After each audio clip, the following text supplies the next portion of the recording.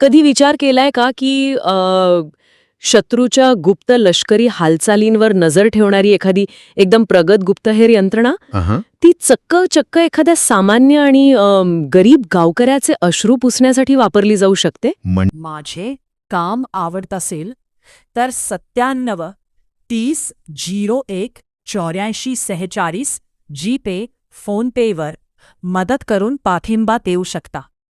या नंबरवर फोन करू नये. हे ऐकायला थोडं अजब वाटतं, पण हे खरंय. हो ना. आणि आज आपण एका अशाच ऐतिहासिक पुराव्याचं सखोल विश्लेषण करणार आहोत, जो राज्यकारभाराच्या आणि न्यायदानाच्या आपल्या सगळ्या प्रस्थापित व्याख्यांना पूर्णपणे छेद देतो. बरोबर. आपल्याकडे बाजिंद या पुस्तकातील पृष्ठ क्रमांक 131चा म्हणजे पान नंबर 131चा एक अतिशय रंजक संदर्भ आहे. आपण नेहमी बघतो की छत्रपती शिवाजी महाराजांच्या युद्धनीतीवर किंवा मोठ्या राजकीय घडामोडींवर भरपूर बोललं जातं. अगदी नेहमीच लष्करी मोहिमांवर जास्त फोकस असतो. हो, पण आजचं आपलं उद्दिष्ट थोडं वेगळं आहे. या एका पानाच्या आधारे आपण हे समजून घेणार आहोत की स्वराज्याची प्रशासकीय यंत्रणा आणि विशेषतः गुप्तहेर खाते हे तळागाळातील प्रजेसाठी नेमके कसे काम करत होते. खरंय. आणि हे खूप खूप महत्वाचं आहे. म्हणजे हे केवळ एका जुन्या प्रसंगाचं वाचन नाहीये, तर एका महान सत्ताधीशाच्या मानसिकतेत आणि त्याच्या प्रशासकीय रचनेत प्रत्यक्ष डोकावण्याची ही एक मोठी संधी आहे. हो. आणि या विशिष्ट संदर्भाचं महत्त्व यासाठी जास्त आहे कारण तो आपल्याला राजाच्या त्या लार्जर दॅन लाईफ प्रतिमेच्या मागचं जे वास्तविक प्रशासकीय कौशल्य आहे ना, ते दाखवतो. आपण अनेकदा इतिहासाकडे खूप भावनिक दृष्टिकोनातून पाहतो. महाराजांना आपण रयतेचा राजा म्हणतो, पण हे प्रत्यक्षात कसं घडत होतं? एक्झॅक्टली. ती प्रोसेस काय होती? बरोबर. सत्तेच्या सर्वोच्च शिखरावर बसलेला एक माणूस आणि रायगडाच्या पायथ्याशी राहणारा एखादा सामान्य धनगर यांच्यात नेमका कोणता दुवा होता? या प्रश्नांची उत्तरे आपल्याला या एका प्रसंगातून मिळतात. क्या बात आहे. जेव्हा आपण मूळ दस्तावेजांच्या आणि अशा ऐतिहासिक संदर्भांच्या खोलात जातो, तेव्हा केवळ वरवरच्या घटना समजत नाहीत, तर त्यामागील जे मेकॅनिझम किंवा कार्यपद्धती असते ती उलगडते. हां. आणि या कार्यपद्धतीचा जो पहिला टप्पा आहे ना, तो या पुस्तकाच्या अगदी सुरुवातीच्याच ओळींमध्ये आपल्याला दिसतो. अच्छा. तिथे महाराजांचं वर्णन करताना असं म्हटलंय की हे तेच राजे आहेत ज्यांनी आयाबायांची अब्रू आणि त्यांचे कुंकू सुरक्षित ठेवले आणि म्हणूनच ते युगपुरुष आहेत. बरोबर आहे. पण हे वाचताना माझ्या मनात एक वेगळाच विचार आला. कोणता विचार? म्हणजे जेव्हा एखाद्या नेत्याभोवती इतके प्रचंड मोठे वलय निर्माण होते, लोक त्याला अक्षरशः देवाचा अंश मानायला लागतात, तेव्हा तो नेता आपोआपच सामान्य माणसाच्या आवाक्या बाहेर जातो ना. हां, हे आजकाल खूप पाहायला मिळतं. हो ना. त्याच्याभोवती अधिकाऱ्यांची आणि सुरक्षेची अशी काही मोठी भिंत तयार होते की एखादा सामान्य शेतकरी तो त्याच्यापर्यंत पोचूच शकत नाही. मग मला हा प्रश्न पडला की महाराजांचे हे जे युगपुरुष असण्याचे अफाट वलय होते, ते त्यांच्या प्रशासनात एखादा अडथळा ठरत नव्हते का? खूप खूप चांगला प्रश्न आहे हा. आणि इथेच आपल्याला सत्तेच्या दोन वेगवेगळ्या ज्या संकल्पना आहेत ना, त्या समजून घ्याव्या लागतील. म्हणजे कशा? एक असते एक्सक्लुझिव्ह सत्ता, जिथे नेता स्वतःला जाणीवपूर्वक लोकांपासून वेगळा आणि एका उच्च पातळीवर ठेवतो. आणि दुसरी असते इन्क्लुझिव्ह किंवा सामावून घेणारी सत्ता. महाराजांचे वलय हे या दुसऱ्या प्रकारात मोडते. अच्छा. म्हणजे ते लोकांना दूर लोटणारं नव्हतं? अजिबात नाही. या पानावर जो दरबारातील प्रवेशाचा प्रसंग वर्णिला आहे ना, तो याच गोष्टीचा पुरावा आहे. तिथे असं लिहिलंय की महाराज जेव्हा सिंहासनाकडे येतात तेव्हा ते आधी सिंहासनाला वंदन करतात. बरं. आणि समोर उभ्या असलेल्या सभेकडून जेव्हा ते 3 मुजरे स्वीकारतात तेव्हा त्यांचा उजवा हात तो त्यांच्या स्वतःच्या छातीवर असतो. एक मिनिट, मला इथे थांबवावंसं वाटतंय. सिंहासनाला वंदन करणे म्हणजे नेमकं काय? ते स्वतःच तर राजा आहेत, मग स्वतःच्याच खुर्चीला त्यांनी का वाकायचं? कारण ती केवळ एक खुर्ची नाहीये. अच्छा. सिंहासनाला वंदन करून महाराज तिथे उपस्थित असलेल्या संपूर्ण राजमंडळाला आणि पर्यायाने प्रजेला हा संदेश देत आहेत की मी या राज्यापेक्षा, या व्यवस्थेपेक्षा मोठा नाही. बापरे, म्हणजे हे खूपच सखोल आहे. अगदी. ते स्वतःच्या वैयक्तिक सत्तेपेक्षा संस्थेला म्हणजे इन्स्टिट्यूशनला आणि प्रजेच्या हिताला सर्वोच्च मानत आहेत. आणि छातीवर हात ठेवून मुजरा स्वीकारणे हे अत्यंत नम्रतेचं लक्षण आहे. खरंय. सत्तेची अशी मांडणी केल्यामुळे होतं काय की ते जे मोठं वलय आहे ते प्रजेला घाबरवणारे न राहता त्यांना आश्वस्त करणारे बनते. तो दरबारातील जो शिस्तबद्धपणा होता तो लोकांमध्ये भीती निर्माण करण्यासाठी नव्हता.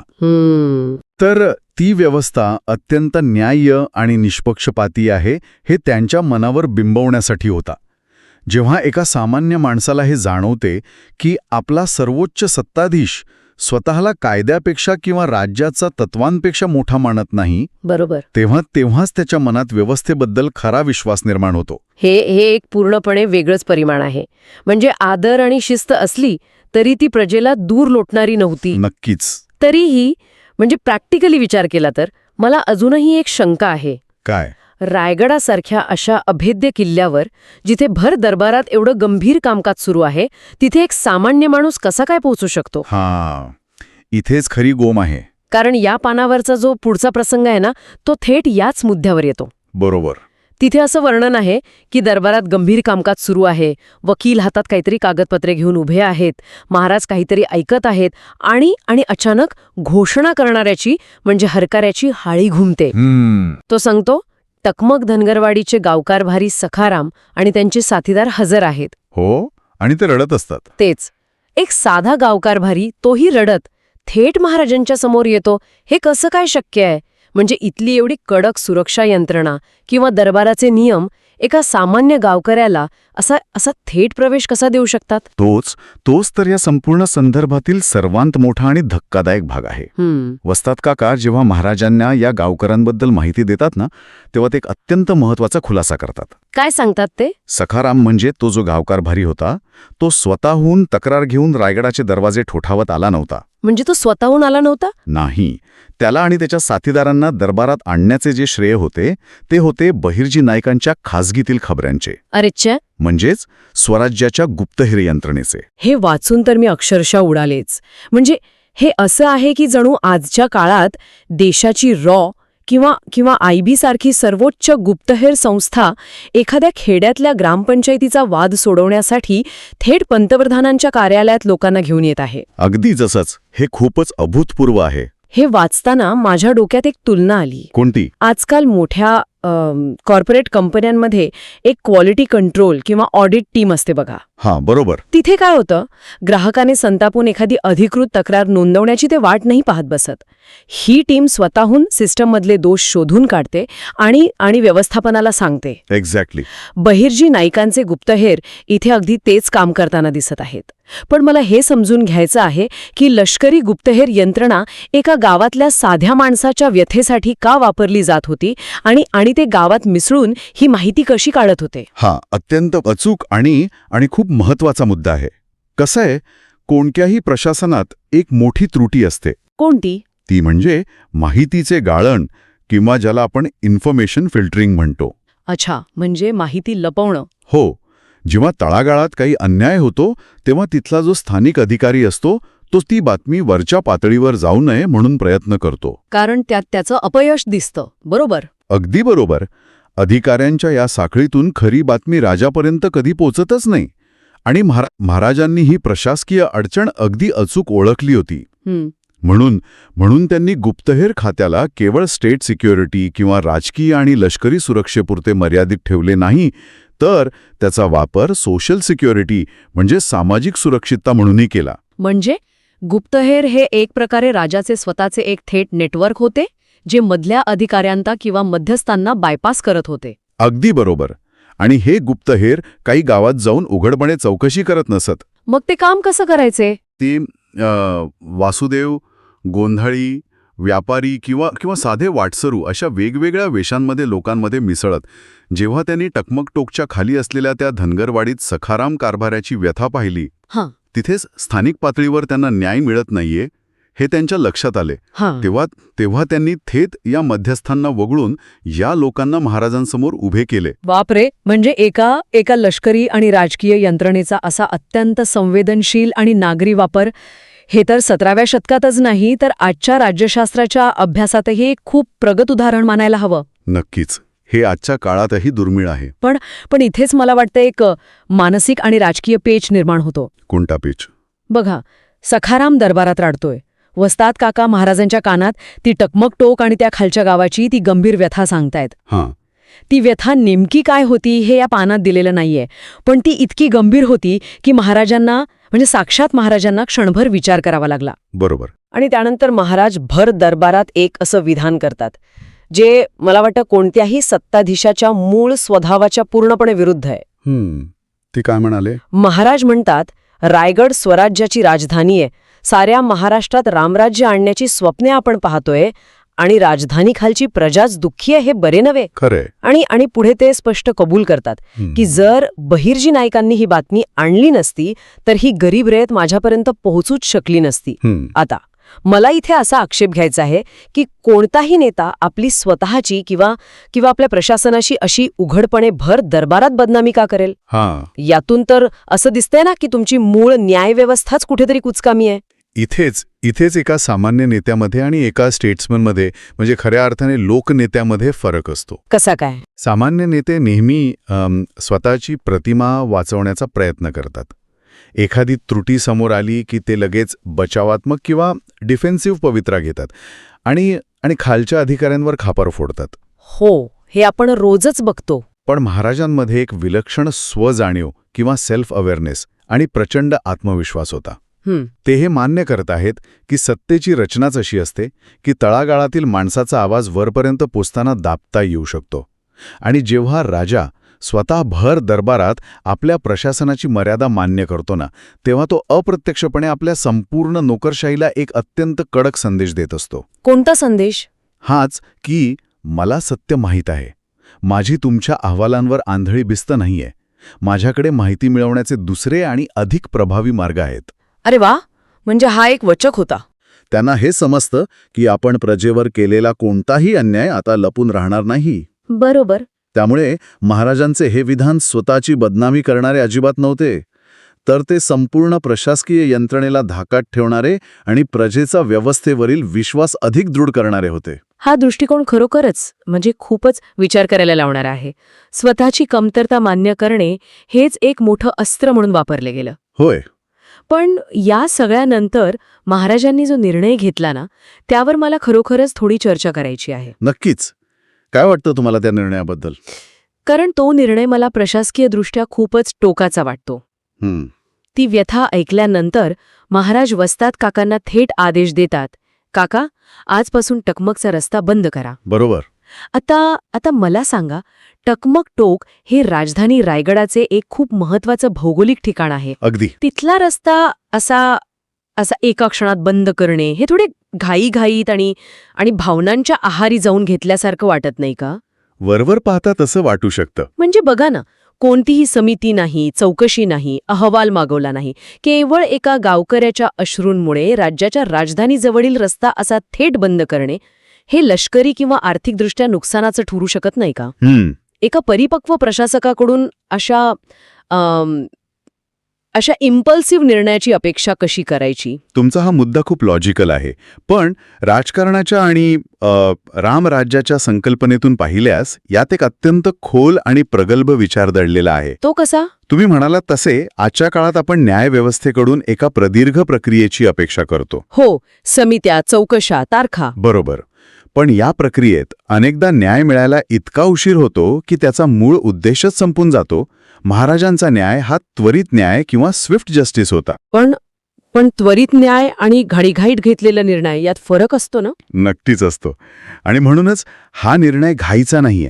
टकमकचा रस्ता बंद करण्याचा तो आदेश हा केवळ एका रस्त्यापुरता मर्यादित नव्हता. मग तो काय होता? तो स्वराज्याच्या धोरणाचा जाहीरनामा होता. महाराज या कृतीतून हे सिद्ध करत होते की स्वराज्यासाठी भौगोलिक, लष्करी किंवा व्यापारीदृष्ट्या अत्यंत महत्वाचा असलेला रस्ताही रयतेच्या सुरक्षिततेपुढे दुय्यम आहे. बापरे. जर त्या रस्त्यामुळे राजधानीच्या पायथ्याशी असलेल्या माझ्या प्रजेला, माझ्या रयतेला त्रास होत असेल तर राज्याची सोय नंतर, आधी प्रजेची शांतता. म्हणजे राज्याच्या इन्फ्रास्ट्रक्चरपेक्षा किंवा सोयीपेक्षा माणसाला जास्त महत्त्व दिलं गेलं. अगदी 100%. आणि जेव्हा असा निर्णय घेतला जातो ना, तेव्हा त्याचा परिणाम केवळ त्या टकमक धनगरवाडीपुरता मर्यादित राहत नाही, तो संपूर्ण राज्यात पसरतो. बरोबर. संपूर्ण राज्यात ही बातमी वाऱ्यासारखी पसरते की आपला राजा एका सामान्य गावकऱ्यासाठी चक्क राजधानीचा रस्ता बंद करू शकतो. हा संदेश प्रजेच्या मनात जो प्रचंड सुरक्षिततेचा आणि आश्वस्ततेचा भाव निर्माण करतो ना, तो कोणत्याही लष्करी तटबंदीपेक्षा जास्त मजबूत असतो. खरंय. रामराज्य ही संकल्पना केवळ घोषणा नव्हती, तर सर्वात कमकुवत माणसाला मिळणारी सर्वोच्च सुरक्षितता ही त्याची व्यावहारिक कसोटी होती. क्या बात आहे. महाराजांनी कोणतीही कमिटी न नेमता जो थेट निर्णय घेतला, त्याने प्रशासनातील लालफितशाही, ज्याला आपण रेड टेपिझम म्हणतो, ती नष्ट केली आणि रयतेला दाखवून दिले की त्यांचा राजा त्यांच्यासाठी कोणत्याही नियमांना किंवा राज्याच्या सोयींना बाजूला ठेवू शकतो. क्या बात आहे. याचाच अर्थ तो निर्णय रस्त्याबद्दल नव्हता, तर तो प्राधान्यक्रमाबद्दल होता. प्रायोरिटीज. अगदी बरोबर. प्रायोरिटीज. प्रजेचे दुःख हे राज्याच्या कोणत्याही धोरणापेक्षा मोठे आहे हे त्यांनी प्रत्यक्ष कृतीतून दाखवून दिले. या एका पानाने खरोखरच खूप काही उलगडून दाखवले आहे. होय, एका छोट्याशा प्रसंगात खूप मोठा अर्थ दडलेला आहे. सुरुवातीला आपण पाहिलं की महाराजांचे वलय त्यांना प्रजेपासून दूर करत नव्हते, तर त्यांच्या त्या शिस्तबद्ध आणि नम्र वर्तनामुळे ते प्रजेला अधिक जवळचे वाटत होते. बरोबर. त्यानंतर बहिर्जी नायकांच्या गुप्तहेर यंत्रणेचा आपण एक असा वेगळाच पैलू पाहिला, जो केवळ शत्रूच्या हालचाली टिपत नव्हता, तर आपल्याच राज्यातील प्रशासकीय त्रुटी आणि प्रजेवरील अन्याय शोधून काढत होता. म्हणजे एक प्रकारे ते स्वराज्याचे सेन्सर्स होते, जे कुठेही वेदना झाली की थेट मेंदूपर्यंत, म्हणजेच महाराजांपर्यंत तो संदेश पोचवत होते.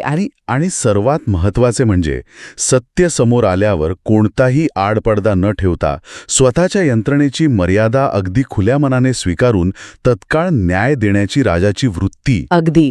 या सर्व गोष्टी जेव्हा एकत्र येतात ना, तेव्हा आपल्याला समजते की हे स्वराज्य केवळ तलवारीच्या पातीवर नाही, तर अत्यंत प्रगत, मानवी संवेदना असलेल्या आणि लोकाभिमुख अशा प्रशासकीय यंत्रणेवर उभे होते. खरंय. सत्तेचा वापर प्रजेला घाबरवण्यासाठी नाही, तर त्यांना अभय देण्यासाठी कसा करावा याचा हा एक सर्वोच्च वस्तुपाठ आहे. हे सखोल विश्लेषण खरोखरच म्हणजे थक्क करणारे आहे. जुन्या ऐतिहासिक कागदपत्रांमध्ये प्रशासकीय तत्वज्ञानाचे असे अचंबित करणारे धडे लपलेले असतात, हे आज मला नव्याने जाणवले. हो, इतिहास आपल्याला नेहमीच काहीतरी नवीन शिकवत असतो. पण आता जाता जाता या संपूर्ण चर्चेतून माझ्या मनात एक वेगळाच आणि कदाचित थोडं अस्वस्थ करणारा विचार आला आहे, जो मला इथे नक्कीच मांडायचा आहे.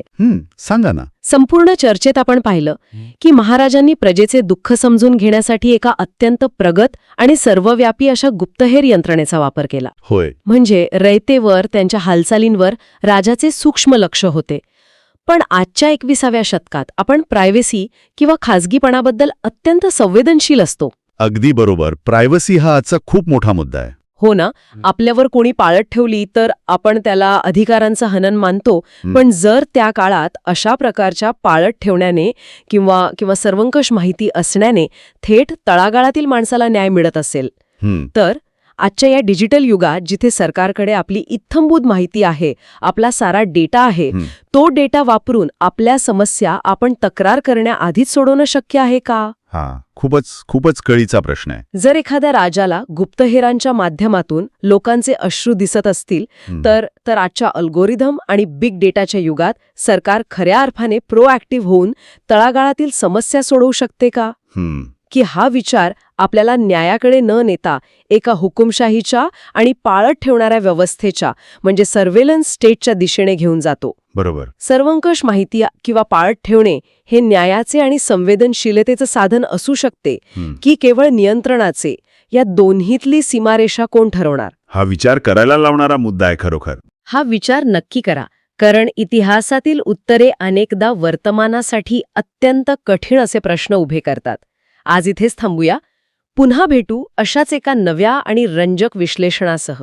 माझे काम आवडत असेल तर 97 30 01 84 46 जीपे फोनपेवर मदत करून पाठिंबा देऊ शकता. या नंबरवर फोन करू नये.